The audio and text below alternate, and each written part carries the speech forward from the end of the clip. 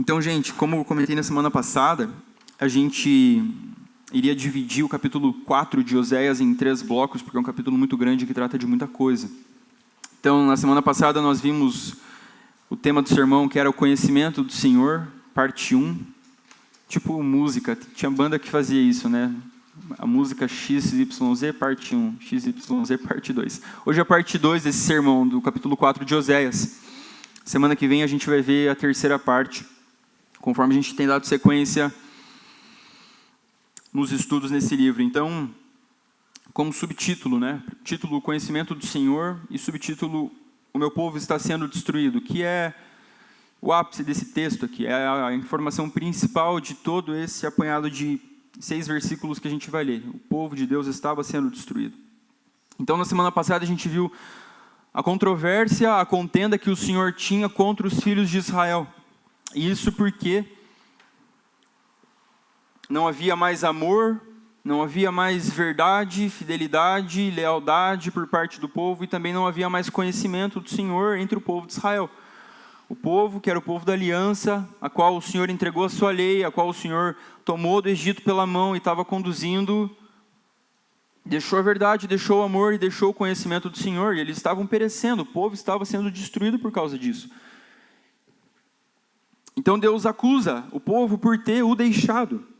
Israel estava caminhando a passos largos para uma tragédia por causa da desobediência deles, e a tragédia seria a invasão do Império Assírio, em 722 a.C. Então, nos primeiros versos do capítulo 4, o profeta relata que haviam roubos, mentiras, assassinatos, adultérios espalhados por toda a terra. E junto disso, os animais do campo estavam sofrendo, os animais dos céus estavam sofrendo, das águas estavam morrendo, porque o povo de Deus, aquele povo que o Senhor escolheu para ser o regente da terra, de toda a criação, estava distante do Senhor cada vez mais. E quando isso acontece, toda a terra sofre com isso. A gente pode pensar em Adão e Eva. Adão, o vice-regente, o vice-governador da terra, quando eles caem, quando eles pecam contra o Senhor, toda a criação sofre com isso. E Israel, de certa forma, Israel foi a nação escolhida lá na Antiga Aliança para ser aquela através da qual todas as nações seriam abençoadas, toda a terra seria abençoada, o Senhor seria conhecido através deles. Mas eles estavam cada vez mais distantes do Senhor e tudo, sem exceção, sofria por causa disso. O caos estava sendo estabelecido no meio do povo, em especial aqui nesse texto no povo do Reino do Norte, lembrando da divisão de Israel entre Reino do Norte e Reino do Sul. O Reino do Sul ainda estava num período estável, mas 150 anos depois eles também iriam cair no mesmo problema. O distanciamento do Senhor fez com que a Babilônia invadisse Jerusalém, invadisse o Reino do Sul de Israel. Mas aqui o foco nosso, o foco da mensagem do profeta Oséias é para o Reino do Norte. Então a gente precisa lembrar que tudo isso se deu por uma raiz. A raiz do problema era a falta do conhecimento do Senhor. E esse conhecimento ele não é algo frio, não é algo impessoal, algo meramente intelectual. Esse conhecimento ou a falta dele tem implicações práticas. Ele diz respeito à nossa vida, como a gente vive os nossos dias. Toda a nossa vida muda a partir desse conhecimento ou da falta dele. A forma com que a gente se relaciona, com que a gente trabalha, com que a gente produz cultura, a forma com que a gente gasta o nosso tempo, gasta o nosso dinheiro, os nossos recursos, como o Caia comentou há pouco. O conhecimento do Senhor leva o povo do Senhor a ser generoso. Porque a gente se lembra que a terra é do Senhor, a terra pertence ao Senhor, todos os recursos pertencem a Ele, são dele. Uma vez que a gente é relembrado, a gente acessa esse conhecimento, a gente pensa, não tem por que eu reter, não tem por que eu ser muquirana, cainha, não compartilhar dos recursos e das bênçãos que o Senhor nos dá. Você entende como o conhecimento do Senhor tem aplicações práticas na nossa vida? Eu não vou ser um cavalo com uma pessoa que pisa no meu calo, porque eu relembro que o Senhor é misericordioso, é compassivo, e eu penso, me ajuda, Jesus, a suportar, me ajuda a ter paciência, me ajuda a respirar fundo e perdoar o irmãozinho que pisou no meu calo. O conhecimento do Senhor, ele sai de nós, ele é mostrado na forma que a gente vive. Nós revelamos que conhecemos ao Senhor conforme a nossa conduta. Amém. E conhecer a Deus é ser unido a Ele, nas nossas entranhas, em todo o nosso ser. É receber da água viva do Senhor que sacia a nossa sede e que nos faz, uma vez saciados, não recorrer a outras fontes, não recorrer a outros recursos, não recorrer a outros deuses, como era o problema de Israel, que levantava para si ídolos, que pensava que não era do Senhor que provia chuva, que cresciam as árvores, os alimentos do campo. Eles começaram a atribuir essas dádivas, esses presentes a outros deuses, aos outros ídolos, a deuses pagãos. E eles estavam cada vez mais indo para uma ruína, para um caos. Enquanto o texto que nós vimos na semana passada, aos que estavam aqui vão relembrar, aos que não estavam você pode ver na sequência nas nossas plataformas digitais. O foco do texto da semana passada era bem especificamente para o povo de Israel. O povo tinha abandonado a lei, em contrapartida havia roubo, adultério, estava uma bagunça. Estava literalmente uma bagunça. Deus hoje inclui, a partir do verso 4, do capítulo 4, que é o que a gente vai ler, uma acusação para os sacerdotes. E quem eram os sacerdotes? Eles eram aqueles homens descendentes de Arão, da tribo de Levi, cujo Senhor encarregou de diariamente apresentarem sacrifícios a Deus como uma oferta pelo pecado do povo, uma forma de apaziguamento. Essa era a principal função dos sacerdotes, ministrar diariamente diante de Deus. Mas eles tinham também uma função social que era de ensinar a lei ao povo. E é justamente esse o problema que Deus relata através de Oséias, do profeta dele aqui nesse texto. Os sacerdotes estavam negligenciando essa função, eles falharam miseravelmente no ensino da lei de Deus ao povo. Eram eles que diariamente queimavam os sacrifícios, os incensos e adoravam o Senhor. Eram eles que diariamente ministravam ao Deus de Israel. Porém, os próprios sacerdotes, primeiramente, haviam abandonado a lei. O culto deles, o trabalho deles, a função deles era algo automático. Não era do coração, era da boca para fora, era um serviço automático. Como você levanta na segunda-feira no teu trabalho e talvez você não está morrendo de amores pelo teu trabalho, pelo teu chefe, mas você tem que trabalhar, senão você vai perder as contas, você não vai ter dinheiro para pagar os boletos. O serviço dos caras estava assim, não estava um negócio que vinha do coração de fato, eles perderam o temor do Senhor porque eles abandonaram a lei de Deus, eles não tinham mais conhecimento do Senhor.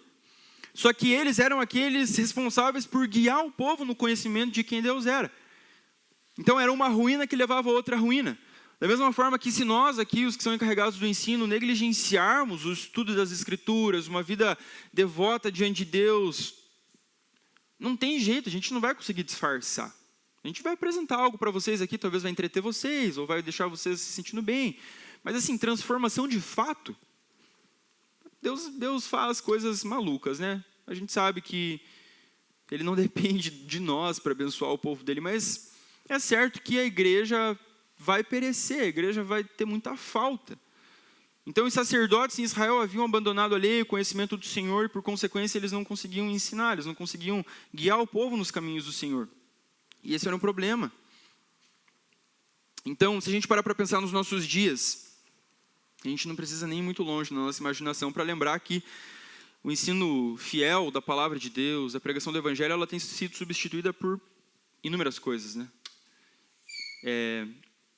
Irmãos que dão uma ênfase exagerada nos moveres. Eu lembro de cultos que eu frequentei criança, adolescente, onde culto, e isso acontecia com frequência. Eu entendo que tem momentos que eu acho que Deus pode quebrar o protocolo, quebrar a liturgia, e Ele é Deus, Ele faz o que Ele quiser, mas quando isso se tornou um hábito assim, na época eu não tinha consciência, hoje eu penso, meu Deus. Mas que tipo, o cara abria lá, lia um texto, dava 5 minutos, pá, começava a torar, mover, não sei o que, tal. E podia ter algo genuíno, algo de Deus ali no meio? Podia, mas assim, não havia nada de instrução da palavra do Senhor. Era uma ênfase demasiada nas emoções, no mover. Vocês sabem do que eu estou falando. Nas sensações, naquilo que as músicas, as palavras, as luzes podem gerar. Infelizmente, muitas igrejas têm substituído o ensino fiel da palavra de Deus por essas coisas, ou usam a Bíblia como um guia para validar as próprias ideias que vêm da cabeça. Você já deve ter visto isso também, de pessoas que, sei lá, usam de um texto para pensar num tema e falam 1 milhão de baboseiras, só que ele lê um versículo no começo, então tem cara de pregação, tem cara de que é uma palavra de Deus. E talvez não seja, né? Ou pregação focada no homem nos nossos dias, antropocêntrica, tipo tudo, o fim de tudo é o homem, é para você, é sobre você e tal, e assim deixa Deus completamente de lado, sendo que a Bíblia toda ela aponta para Cristo, o foco da Bíblia, da palavra é Cristo. Muitos pregadores têm pervertido isso e tornado o centro de tudo a nós mesmos, os homens, né? Tipo, você é o centro do coração de Deus, como foi dito aí há uns anos que deu polêmica. Você é o centro do coração de Deus. Que audácia. Enfim, são inúmeras as bizarrices que são feitas com o nome de Deus ou com a Bíblia. Como, por exemplo, a gente teve recentemente a invasão do STF, do Congresso. Tinha gente com Bíblia lá, fazendo umas coisas insanas. E, cara, por que isso acontece? Não faltou alguém? E eu falo isso com uma dor no coração, porque nós estamos numa cidade grande, privilegiada, com faculdade, com um seminário aqui e acolá, mas tem gente muito limitada no conhecimento. Tem gente, eu acho que muito bem intencionada por aí, mas que não tem acesso ao estudo, a uma instituição séria, a mentores, a líderes. Eu me compadeço de fato, e eu sei que o Senhor é misericordioso, Ele vai guiar o povo dele, né? Porque não é o conhecimento da teologia que leva ninguém para o céu, que vai salvar ninguém, né? É a fé em Jesus Cristo. Mas eu sei que também tem gente que, de má fé mesmo, e guiado por espíritos malignos, pelo espírito do anticristo, tem colocado um monte de abobrinha na cabeça da galera, a ponto de vermos as coisas deprimentes que aconteceram aí nos últimos meses, né? E não se limita só agora, né? A gente vê, por exemplo, esse envolvimento de política e religião acontecendo há muitos anos e muita coisa feia. Enfim. Então, o povo de Israel aqui estava sendo destruído, ou na versão mais tradicional, perecendo por causa que faltava conhecimento, e a gente pode tranquilamente cair nesse mesmo erro, nesse mesmo problema. Nós podemos perecer, nós podemos ser destruídos pela falta de conhecimento, a falta do conhecimento, do verdadeiro conhecimento de Deus. Então, eu quero te convidar a abrir a tua Bíblia aí, se você já não abriu. O texto base nosso hoje, que é Oséias 4, a partir do versículo 4. E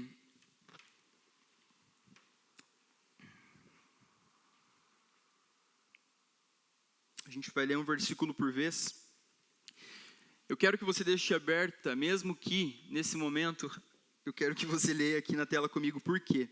Porque a gente tem um problema aí de interpretação, de tradução, que faz com que as versões mais tradicionais, mais antigas, elas sejam mais coerentes com o sentido original do texto, tá? Então, para os que usam a Nova Almeida atualizada, como a gente tem, né, meio que padronizado aqui na República, mantenha ela aberta, a gente vai recorrer a ela, mas o verso 4 eu quero ler aqui na tela, na revista e corrigida. Então, Oséias 4:4 diz assim: Todavia, ninguém contenda, nem qualquer repreenda, porque o teu povo é como os que contendem com o sacerdote. Teu povo é como os que contendem com o sacerdote. Então é necessário a gente recorrer a essa outra versão, porque na nossa versão ela poderia dar um sentido muito diferente para a nossa reflexão aqui. Mas a grande maioria dos comentaristas afirma que, tanto do verso 1 até o verso 6, do início do capítulo 4 de Oséias, o foco da palavra do Senhor, da acusação, da contenda do Senhor, é o povo e não os sacerdotes ainda. Do versículo 1 ao versículo 6. Então o sermão da semana passada e o início do sermão de hoje, o foco ainda é para o povo.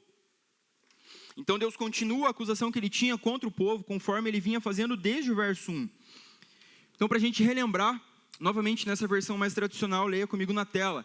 Desde o verso 1, texto que foi trabalhado na semana passada, Oséias 4, do 1 ao 4, diz: Ouvi a palavra do Senhor, vós, filhos de Israel, porque o Senhor tem uma contenda com os habitantes da terra. Porque não há verdade, nem benignidade, ou amor, nem conhecimento de Deus na terra. Só prevalecem o perjurar, o mentir, o matar, furtar, o adulterar, e há homicídios sobre homicídios. Por isso, a terra se lamentará, e qualquer que mora nela desfalecerá com os animais do campo e com as aves do céu, e até os peixes do mar serão tirados.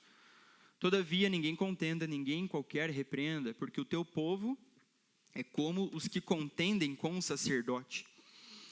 Então, esse verso 4, Deus está falando o seguinte para nós, para o povo de Israel, desculpa. Vocês são rebeldes, vocês são um povo que não dão ouvidos a ensino de ninguém. Vocês não me ouvem, não ouvem mais a minha lei, vocês não ouvem os sacerdotes. Não haveria mais intermediário algum aqui entre Deus e o povo.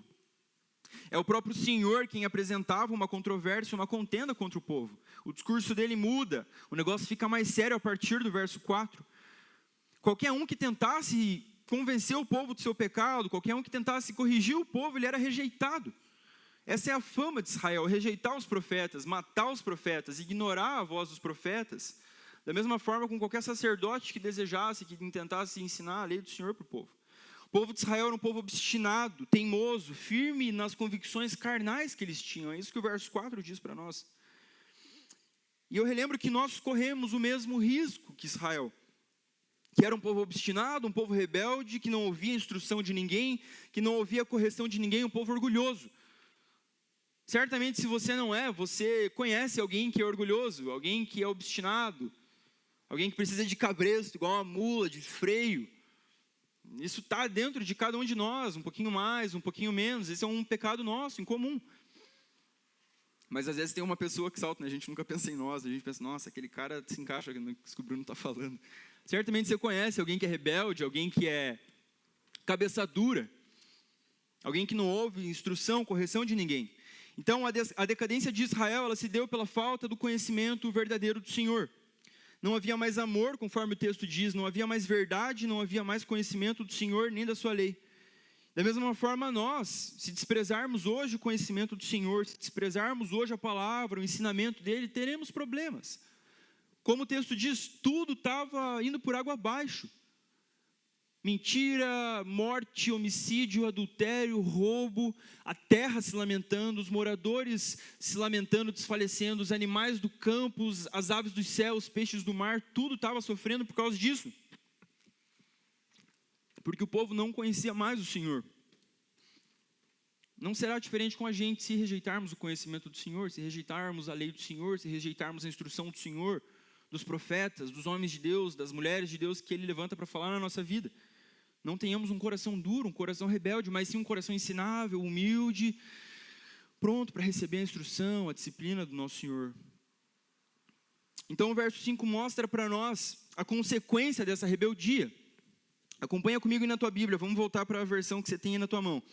Oséias 4:5 fala, por isso, vocês tropeçarão de dia e os profetas juntamente com vocês tropeçarão de noite, e eu destruirei a mãe de vocês. Palavras duras do Senhor. A consequência da rebeldia do povo era tropeço e destruição. E ele fala que os profetas iriam tropeçar junto do povo. Mas aqui ele não está falando dos profetas como Oséias, os profetas que o próprio Deus chamava, mas dos falsos profetas que surgiam no meio do povo. A gente precisa lembrar que o contexto religioso do Reino do Norte era misturado com diversas outras religiões, especialmente com a adoração a Baal, que é um Deus cuja adoração foi instaurada há muito tempo atrás com Acabe, um rei do norte. E o problema é que Jeroboão, que era o rei aqui, nesse momento, ele não conseguiu resolver esse problema, ele não conseguiu tirar do meio do povo a adoração a Baal. Ele não conseguiu resolver esse problema. Então, Deus fala que esses falsos profetas iriam tropeçar junto com o povo. A religião de Israel estava comprometida, não só o povo, mas sim os profetas falsos no meio do povo também iriam tropeçar. E ele segue falando que eu destruirei a mãe de vocês. É a segunda vez que Deus usa essa palavra para se referir ao povo dele, Israel, como mãe. Então o povo poderia recorrer à tradição, eles poderiam ser relembrados de que eles eram um povo da aliança, uma propriedade exclusiva que Deus resgatou da escravidão do Egito. Eles eram os descendentes de Abraão, eles eram aqueles que receberam a lei, eles eram aqueles que receberam do Senhor, por direito, uma terra para habitar. Mas uma vez que eles deixaram a Deus, todos iriam perecer sem exceção. E isso apontava para o exílio, como eu comentei anteriormente, a invasão do Império Assírio. Eles deixaram o Senhor e isso não ficaria sem consequência. O verso 6 diz para nós, acompanha aí. O meu povo está sendo destruído, pois lhe falta o conhecimento. Só essa primeira parte. Então, como nós vimos na semana passada, essa era a raiz do problema de Israel, a falta do conhecimento verdadeiro do Senhor. E para refrescar nossa memória, O conceito de conhecimento entre os hebreus no Antigo Testamento, ele não é um negócio intelectual, igual você aprende lá na escola, fazer uma conta demais. É um negócio muito mais profundo. É um negócio que vem do nosso coração. Como eu comentei, é um conhecimento que gera uma atitude diferente, que transforma toda a nossa vida. Não é um conhecimento qualquer. Esquecer quem Deus é, rejeitar o conhecimento do Senhor, é a nossa ruína, assim como foi a ruína de Israel. Assim como foi a ruína de Adão e Eva, que caíram na lábia da serpente. Simplesmente deu um branco na mente deles, eles se esqueceram de tudo que Deus tinha falado, de tudo que Deus tinha dado para eles, rejeitaram o conhecimento do Senhor, se esqueceram de quem Deus é e deu no que deu, um problema. Israel estava enfrentando a mesma coisa. A falta do conhecimento do Senhor é o que traz a destruição, é o que traz a ruína, é o que faz o povo perecer. E ele prossegue falando, pelo fato de vocês, os sacerdotes, rejeitarem o conhecimento, também eu os rejeitarei, para que não sejam mais sacerdotes diante de mim, visto que se esqueceram da lei do seu Deus, também eu me esquecerei de seus filhos. Então, até a primeira parte do versículo 6, o foco de Deus é o povo. Do verso 1 ao verso 6, ali no início, o foco de Deus é o povo. Agora a acusação muda, ela vai para os líderes, para os sacerdotes, para aqueles encarregados do culto, da ministração a Deus e do ensinamento da lei de Deus ao povo. Mas ainda é necessário a gente pensar um pouquinho mais sobre as palavras de Deus ao povo. O João Calvino, reformador, ele diz para nós que a lei por si só, ela deveria ser suficiente para dirigir o povo num caminho reto. Então Deus havia dado a lei. O povo tinha acesso às escrituras, tinham os homens que ensinavam as escrituras. E os israelitas sofriam porque eles mesmos fecharam os seus olhos para a luz celestial e não se tornaram educáveis para aprender a sabedoria de Deus. O povo perecia sem conhecimento porque queria perecer. Então o Calvino diz para nós aqui que Israel não poderia ser tratado como uma vítima dos maus obreiros, dos maus sacerdotes. Porque a lei tinha dado, eles eram o povo da aliança. Os antepassados deles viram os sinais de Deus no Egito, viram Deus abrindo o mar, viram Deus desbaratando os exércitos para fazer Israel habitar aquela terra. Havia muito conteúdo acerca de Deus, havia muita história, para que eles não se desviassem do conhecimento do Senhor.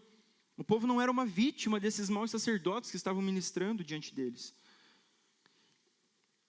E a palavra diz que Israel é quem deveria ser uma nação de sacerdotes para o mundo. Êxodo 19:6 fala, vocês serão para mim, Deus falando acerca de Israel, vocês serão para mim um reino de sacerdotes e uma nação santa. Essa deveria ser a identidade do povo que foi resgatado da escravidão do Egito. Um reino de sacerdotes e uma nação santa. Então Israel era o povo de Deus, através do qual todas as nações seriam abençoadas, mas eles rejeitaram o conhecimento do Senhor. Então o Senhor agora estava os rejeitando. Esse era o problema, eles rejeitaram o conhecimento do Senhor e agora o Senhor estava os rejeitando.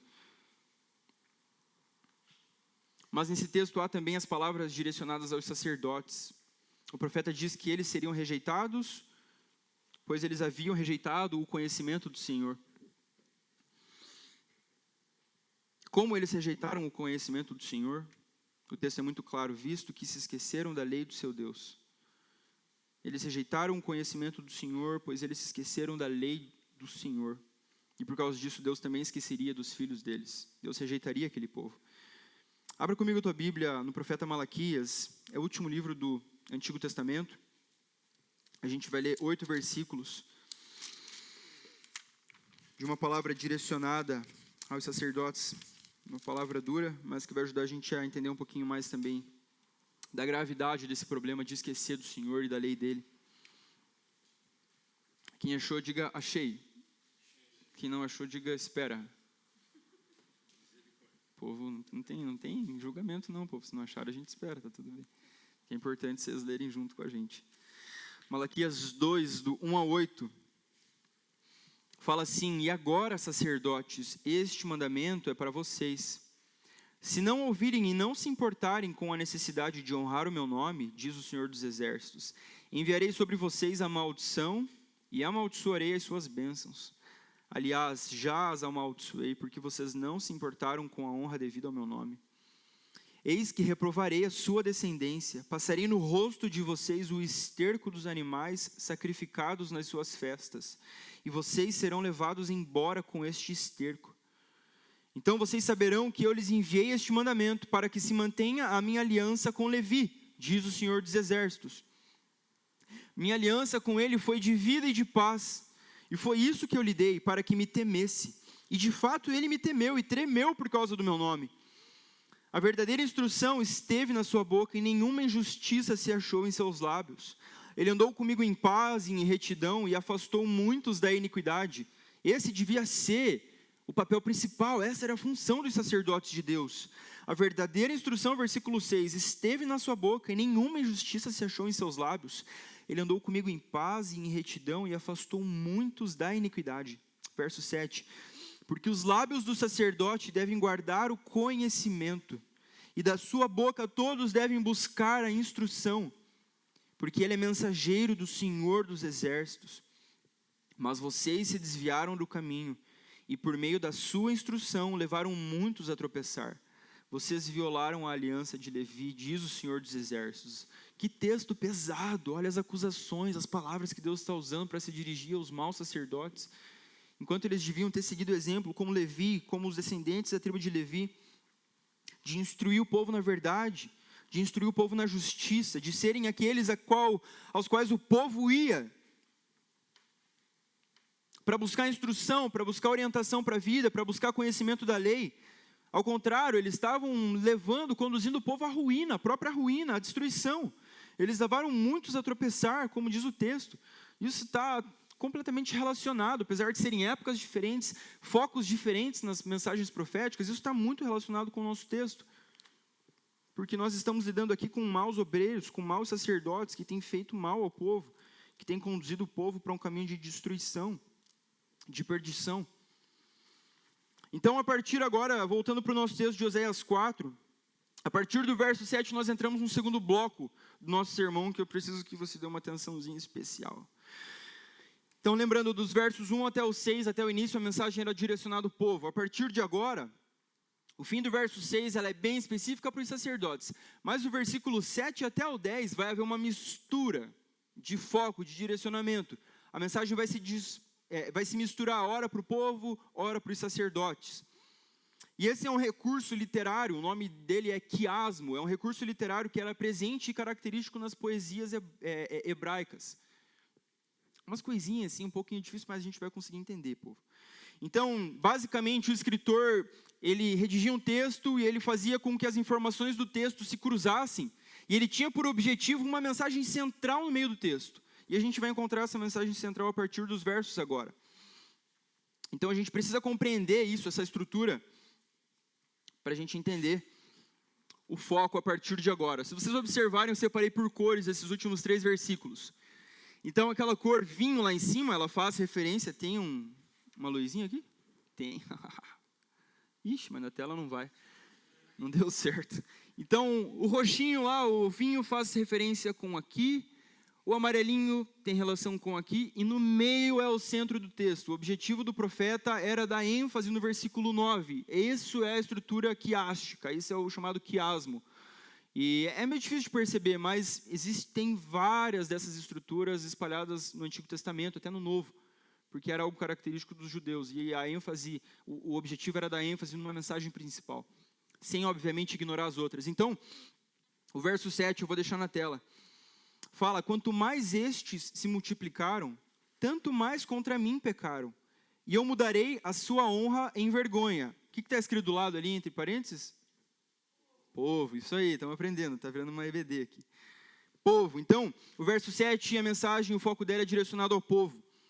Então o povo continuava a crescer, mas uma vez que o povo estava distante do Senhor, à medida que o povo crescia, o pecado também crescia. Faz sentido?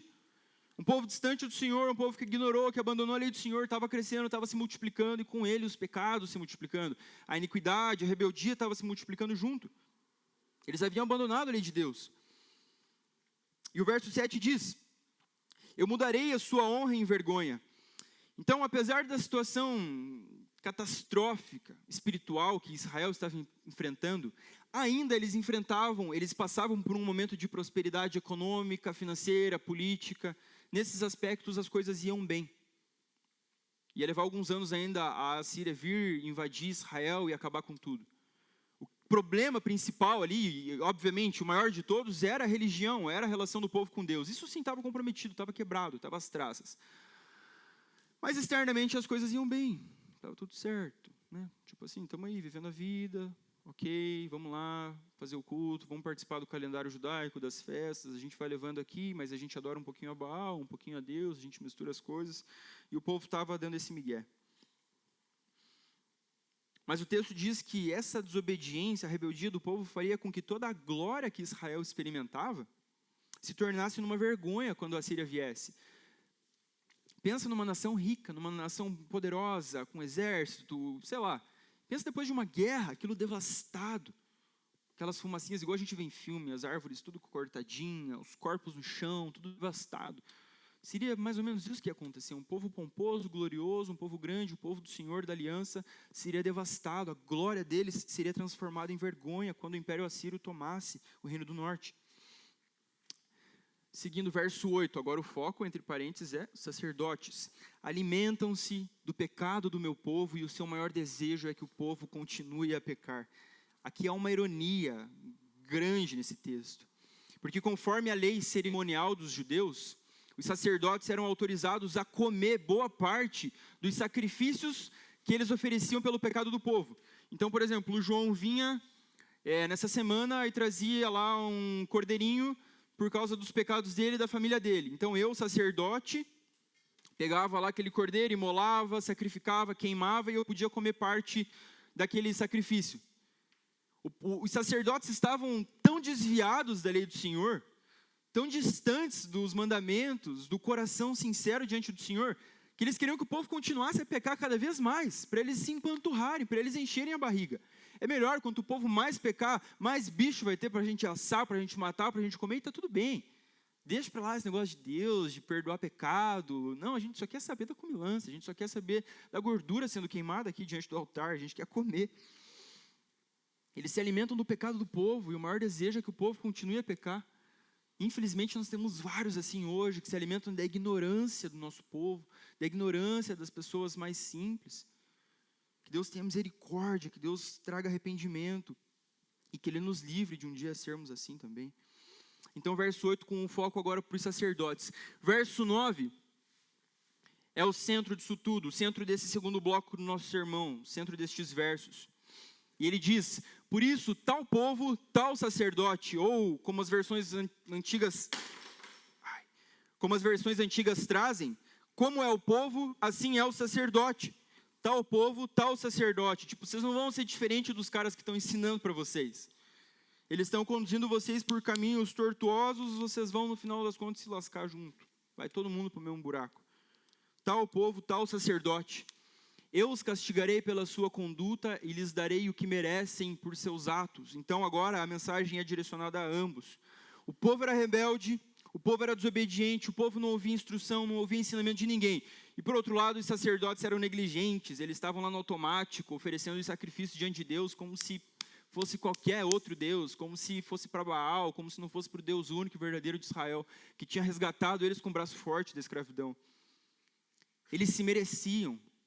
O povo do norte e os sacerdotes, esses maus obreiros, eles se mereciam. Eram ambos com corações duros e distantes do Senhor, da vontade dele. Não quebrei. 2 Timóteo 4,3, Paulo diz assim: pois virá o tempo em que não suportarão a sã doutrina. Pelo contrário, se rodearão de mestres segundo as suas próprias cobiças, como que sentindo coceira nos ouvidos. Paulo está falando que chegará um dia, e eu creio que nós estamos nesses dias, em que as pessoas não mais suportariam o ensino verdadeiro das Escrituras, a sã doutrina. E pelo contrário, eles iam buscar aqueles caras que falam gostosinho, sabe aqueles vídeos no YouTube, assim, com a musiquinha, ali o cara, tipo, você, não sei o quê, que Deus, tal. E hoje os caras estão... Alguém me mandou um... o Alexandre Pilate, vou expor. Ele mandou um cara lá, tipo... use dos conhecimentos bíblicos para crescer financeiramente. Esses cursos que os caras estão vendendo, eles estão misturando tudo, cara. Os caras estão fazendo uma bagunça com a palavra de Deus, com o evangelho, uma desgraça. Então, nos nossos dias também, as pessoas estão se rodeando de mestres segundo as suas próprias cobiças, segundo as suas próprias vontades. É uma fé muito consumista. Aquele pastor fala daquele tema, eu gosto, eu quero ouvir aquilo. Esse aqui é um pouquinho mais duro, deixa de lado, né? Hoje é YouTube, a gente vai lá, abre e assiste. A gente vai lá e o Spotify, a gente assiste. Eu fiz propaganda do Spotify, agora estou fazendo contra. A gente escolhe, a gente seleciona. Não gostei, fecha. Não gostei, eu falo mal. Chegará o tempo em que não suportarão essa doutrina, a palavra de Deus de fato como ela é, e se rodearão de mestres segundo as suas próprias cobiças, segundo a sua própria vontade. Era mais ou menos isso que estava acontecendo no Reino do Norte. Voltando para Oséias, verso 10 diz: comerão, mas não ficarão satisfeitos. Novamente, misturado aí no meio de tudo, uma palavra direcionada aos sacerdotes. E se você observar, ela tem relação com o verso 8, que diz: alimentam-se do pecado do meu povo. Então isso está em concordância. Os sacerdotes queriam que o povo continuasse a pecar para que eles continuassem a comer.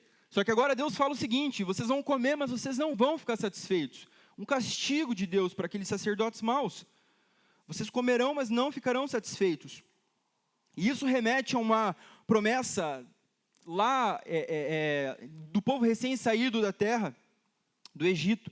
Deuteronômio 8:10, Deus fala assim para o povo: vocês comerão, é os mesmos termos, cara. Vocês comerão e ficarão satisfeitos, e louvarão o Senhor seu Deus pela boa terra que lhes deu. Então, como não havia mais temor de Deus no meio do povo, as maldições da quebra da aliança seriam aplicadas àquele povo. Deus falou: se vocês andarem no meu caminho, se vocês me obedecerem, se vocês ouvirem a minha lei, vocês vão comer. Vocês ficarão satisfeitos pela boa terra que o Senhor lhes deu. Mas não era isso que estava acontecendo aqui. O povo tinha rejeitado o Senhor, tinha rejeitado a lei. Então, sacerdotes, vocês comerão, mas não ficarão satisfeitos. E ele segue com o foco voltando para o povo. Eles se entregarão à prostituição, mas não se multiplicarão, porque deixaram de adorar o Senhor. E isso faz relação com o verso 7. Quanto mais estes se multiplicaram, tanto mais contra mim pecaram. Então o povo estava se entregando às prostituições, ao adultério, como o livro todo de Oséias vai falar. Filhos vinham, filhos nasciam no meio daquela bagunça, no meio do pecado. O pecado só era cada vez mais multiplicado no meio do povo. Só que agora Deus reverte esse negócio e Ele fala: vocês vão se entregar à prostituição, mas vocês não vão mais se multiplicar, porque vocês deixaram de adorar o Senhor. Novamente, a promessa de Deus aqui sendo revertida, da bênção para a maldição. Eu não vou abençoar mais, vocês não vão ser mais um povo numeroso, fértil como vocês eram, porque vocês se entregaram à prostituição, porque vocês deixaram de adorar o Senhor.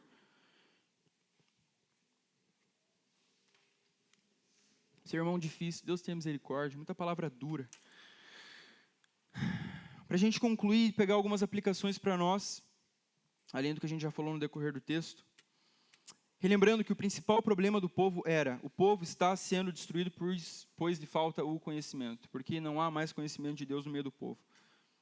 A tragédia de Israel pode ser facilmente a nossa tragédia, uma vez que nós muitas vezes rejeitamos o conhecimento do Senhor, nós rejeitamos a lei do Senhor, nós rejeitamos as boas palavras do Senhor, nós rejeitamos a correção de irmão, nós rejeitamos o ensinamento da palavra de Deus. Tá, Bruno, mas e como que nós podemos conhecer o Senhor? E eu vou usar de um amigo, Herman Bavinck, um reformador do século XIX. Ele falou algo maravilhoso: nós conseguimos todos os nossos outros conhecimentos em razão do nosso discernimento e julgamento, de nosso próprio esforço e estudo. Mas quanto a esse conhecimento verdadeiro de Deus, nós, como crianças, devemos deixar Cristo dá-lo a nós. A gente pode se esforçar, a gente pode fazer o que for, meus irmãos. Mas o conhecimento verdadeiro, o conhecimento real de Deus, de Cristo, do Espírito, esse que transforma a nossa vida, ele só pode ser dado. O que a gente pode fazer de forma passiva é receber, é desejar, é ter fé, é clamar por mais. Porque uma vez que nós conhecemos o Senhor, nós somos transformados à imagem dele, a nossa conduta muda, nós amamos mais o Senhor, nós amamos mais as pessoas, nós amamos mais, a gente se torna um melhor marido, uma melhor esposa, um melhor funcionário, um melhor crente, um melhor cidadão. A falta do conhecimento do Senhor é que é o problema. Ele é a nossa fonte, a fonte de toda a nossa vida, de todas as nossas virtudes, como nós vimos também na semana passada. Se não há virtude, há vício. Se não há conhecimento do Senhor, lascou, a gente está perdido. Primeiro ponto para a conclusão, nós conhecemos o Senhor porque Ele decidiu se revelar a nós em Cristo. Cristo falou, quem vê a mim, vê o Pai. Conhecer o Senhor é olhar para a face de Cristo. A nós basta permanecermos diante dEle com fé, com confiança, desejosos pelo conhecimento que o Cristo nos dá, que o Espírito comunica ao nosso espírito. A fome e sede das nossas almas só pode ser saciada pelo pão da vida, que é Jesus Cristo. E nós não temos dinheiro para comprar esse pão. Como Isaías 55 diz, ele é de graça. Venham, comam, comprem e bebam. É Deus quem nos dá o pão da vida. É Ele que deu o Filho, o único primogênito dele. Ele deu, Ele doou como uma oferta pela nossa redenção. É o próprio Deus quem nos dá a água que sacia a nossa sede eternamente. Enquanto eu escrevia, eu relembrei da descrição da vida eterna. João 17, Jesus diz que a vida eterna é conhecer a Deus e aquele que foi enviado por Deus. A vida eterna se resume em conhecer o Pai e conhecer a Cristo. Isso tudo é feito através do Espírito dentro de nós, é a Trindade trabalhando, para que nós conheçamos ao Pai, para que Ele seja revelado a nós e a nossa vida seja mudada, para que a gente consiga adorar o Senhor como convém, para que a gente consiga andar na palavra do Senhor, em temor, em obediência, e quando nos desviarmos e quando tropeçarmos, prontamente, rapidamente nos arrependermos, clamarmos por misericórdia, porque a gente nunca vai viver à altura, ao padrão, não vamos obedecer a lei do Senhor de cabo a rabo, de jeito nenhum, não vai ter como. Só Cristo fez isso. Só por causa disso, e por causa disso apenas Ele é digno. A vida eterna é conhecer a Deus, e nós só conhecemos o Senhor porque Ele decidiu se revelar a nós em Cristo. E o segundo, nós temos acesso a este conhecimento pelo Espírito que nos guia a toda a verdade. Jesus disse que o Espírito Santo nos guiaria a toda a verdade. É o Espírito que nos faz entender as suas palavras. É o Espírito que nos faz entender as suas palavras. O desejo de quem está aqui em cima falando algo é que o Espírito pegue tudo esse montoado de palavra, de informação e crave com uma faca no coração de cada um. Porque eu creio de fato que isso pode transformar a nossa vida. Eu creio de fato que isso pode nos fazer amar mais o Senhor, nos conduzir ao arrependimento. E meus irmãos, nós precisamos ser cheios da palavra de Deus. Como eu falei anteriormente, lá no início, a palavra é um meio de graça, é um meio que o Senhor decidiu de comunicar a graça dele para o povo dele, através da pregação, do anúncio da palavra. De forma particular, nas nossas leituras, nos nossos momentos devocionais, ouvindo também a palavra de Deus aqui no culto público, ou nos pequenos grupos, ou na EBD, ou nas salas de oração, onde nós meditamos, cantamos e oramos a palavra de Deus, ou compartilhando entre nós as palavras, como Paulo orienta em Efésios 5, né? Falem entre vocês com salmos. Existe uma maneira de nós vivermos cercados, rodeados da palavra de Deus. E isso faz todo o sentido do mundo, visto que essa palavra é o que nos santifica, é o que nos alimenta, é o que nos faz manter o foco, é o que vai fazer com que nós não nos esqueçamos do Senhor. Se esquecer do Senhor é a ruína, é o problema, é a perdição. Nós estarmos imersos, cheios da palavra, cheios das realidades da palavra de Deus, vai ajudar a gente a manter o foco. Quantas vezes, em um momento de dificuldade, um momento de tentação, o Espírito não sopra um texto que você leu há 3 anos atrás na tua cabeça? Não é coisa da tua cabeça. Você acha? A palavra é viva, ela é eficaz. Quanto mais da palavra existir dentro de nós, abundar dentro de nós, mais nós vamos andar no conhecimento do Senhor, mais difícil será de nos esquecermos de quem o nosso Deus é, de nos esquecermos de quem nós somos. Somos povo dele, fomos comprados para andar com ele, para amar ele, para sermos transformados à medida que o conhecemos. A gente tentar conhecer o Senhor fora desse lugar, fora da comunhão dos santos, é um trabalho muito mais difícil, se não quase que impossível. Eu sei que Deus acessa, alcança pessoas em lugares distintos, a gente ouve relato de gente que nunca viu uma Bíblia e Deus apareceu para a pessoa, mas a gente está aqui, 1 milhão de igrejas espalhadas por cada quadra da cidade, tipo assim, o que não falta é igreja, o que não falta é lugar para congregar, para ter comunhão. Dificilmente a gente vai conseguir crescer no conhecimento do Senhor, perseverar, prosseguir no conhecimento do Senhor fora da comunhão dos santos. Como eu falei anteriormente, nós temos diversas programações. Isso aqui não é para encher tua semana, não é para encher tua agenda, não é para prender vocês aqui de maneira nenhuma. Mas é porque o foco de todas essas programações é sempre esse: amar o Senhor, desejar andar nos caminhos dele, conhecer o Senhor. Todas as nossas reuniões têm essa ênfase, têm esse foco. Ouvir a palavra do Senhor, orar, derramar o nosso coração, adorar em comunidade, nos exortar, nos corrigir, confessar os nossos pecados ao nosso irmão, falar, me ajuda. A gente tem muito meio, a gente tem muita bênção de Deus próximas de nós, para a gente não precisar caminhar sozinho, não ficar quebrando a cabeça, não ser orgulhoso como o povo de Israel era, que não houve ninguém, que não houve repreensão de ninguém. É aqui na comunhão que nós devemos encorajar uns aos outros a permanecermos na palavra. Certamente, domingo após domingo que a gente vem aqui, a gente ouve a exposição das Escrituras, o Espírito trabalha dentro de nós. Uma coisinha está acontecendo lá no nosso interior, mesmo que a gente não note, mesmo que a gente não sinta, mesmo que você não caia no chão chorando, tremendo e arrepiado. O Espírito comunica graça ao nosso espírito, através desse meio de graça que é a ministração da palavra, assim como um outro também, que é a ministração de sacramentos. Algo especial acontece no nosso interior, porque Deus decidiu que assim seria. E por isso que a gente precisa vir no culto, basicamente. O culto público não é um negócio negociável na nossa agenda. São 2 horas da nossa semana. São 2 horinhas da nossa semana. Você precisa estar em comunhão com os irmãos, porque há algo especial. Salmo 133 diz que na comunhão dos santos é ali que o Senhor ordena a bênção e a vida dele para sempre. Algo especial acontece todas as vezes que nós nos reunimos aqui da parte de Cristo. Nós somos nutridos espiritualmente, nós somos nutridos. Como o Caio falou, a generosidade ela é exigida de nós quando nós vemos os nossos irmãos com dificuldade. Agora, se a gente estiver isolado em casa, a gente não vai ver problema de ninguém, a gente não vai ver nada acontecendo, não vai participar da vida uns dos outros. Então, é um encorajamento, é você levar mais a sério as agendas da igreja. O trabalho, o estudo. Não, obviamente, a gente tem muitos afazeres. Mas pelo menos, cara, o culto, não deixe de vir. Na escola bíblica, ou um pequeno grupo, um momento também de você criar vínculo, laço com os irmãos da igreja, ter comunhão. A gente vai fazer isso pro resto da vida, vai viver tudo junto pro resto da vida.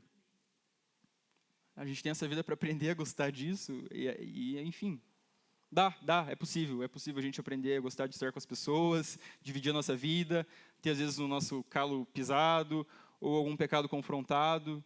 Mas o Senhor nos salvou, a gente vai viver junto pro resto da vida, é uma noiva só, não vai ser um monte de indivíduos aleatórios e soltos, vivendo a eternidade, não, é um corpo, é uma noiva no mesmo espírito, nós pertencemos ao mesmo Senhor, somos a noiva dele.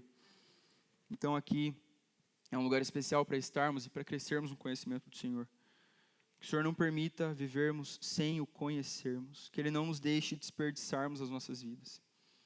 Que o Senhor não permita que os pastores dessa igreja também desprezem o ensino, nem que busquem agradar os seus ouvintes, mas apenas a Deus, sendo fiéis à pregação da palavra, custe o que custar. Que o Senhor não permita que nós, que ouvimos as palavras, sejamos rebeldes e fechemos os nossos ouvidos às verdades, ou endureçamos o nosso coração, como foi com Israel, na rebeldia do deserto. Mas que todos aqui sejamos guiados pela voz do Espírito que fala aos nossos corações continuamente. Em nome de Jesus.